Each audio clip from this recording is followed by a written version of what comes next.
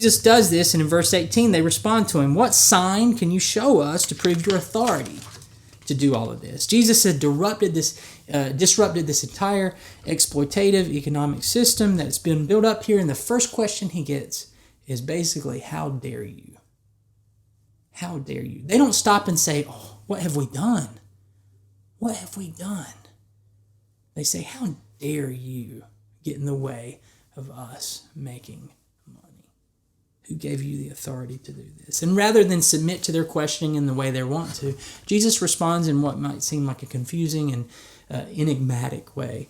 In verse 19, he says, "Destroy this temple," speaking about his body, "destroy this temple, and I will raise it again in 3 days." Now, essentially what Jesus is saying is this. This has to stop. This taking advantage of people in the name of God has to end.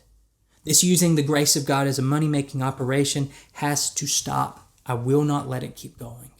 I'm drawing a line in the sand here. My zeal for God and for other people either means this ends or you're going to have to kill me. Destroy this temple. This has to stop. And if we fast forward, we know that's exactly what happens. This does come to a conclusion. Not here, but a couple years later, there in Jerusalem again, when these folks who asked Jesus, "How dare you?"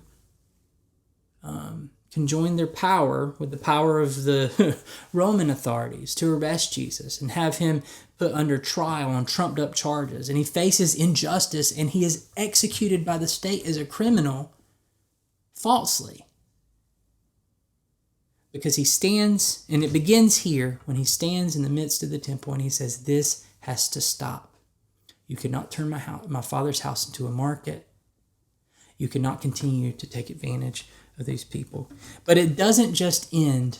It might seem like the crucifixion is Jesus being defeated, but it doesn't just end there. Even here, Jesus knows where this goes because he knows the God that he trusts in. He says, "Destroy this temple, and I'll raise it again in 3 days." He's talking about, as his disciples knew later on, he's talking about the resurrection of his body. He's talking about the resurrection of this body. And what Jesus is essentially saying here is this: understand that you're going to have to go through me. This either has to stop or you're going to have to kill me. But if you do, that's not the end. Because your power, your exploitative power, has an expiration date. It will not win. It will not win. You cannot stop God's commitment to bring freedom and grace to his people.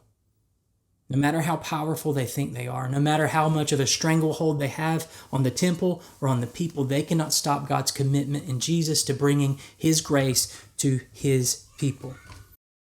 Of course, people are creative in their greed.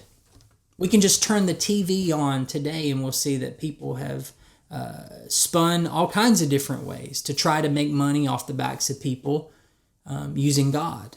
You see it with televangelists. You see it with all kinds of different religious leaders building their own empires, supposedly in the name of God. You can see it throughout history in different empires that have fought wars and literally killed people with crosses on their shields. But just as Jesus stood in the temple that day and said it has to end, no matter what you do, you cannot stop the commitment of God to bring his grace to his people. Jesus says that today. And so the false prophets and false preachers, the false teachers that make these promises that are trying to make money off the back of God's people, it will not last. Their power too has an expiration date. God will not be stopped in his commitment to bring his grace to his people. There is no obstacle in the way that he will not overcome and remove to make sure that we receive the grace that he has intended for us. That is God's zeal. That is the zeal of Jesus for us. It is a zeal that is willing to go to the end here, as we've said. It is a zeal that will chase after us, that will follow us all the days of our lives.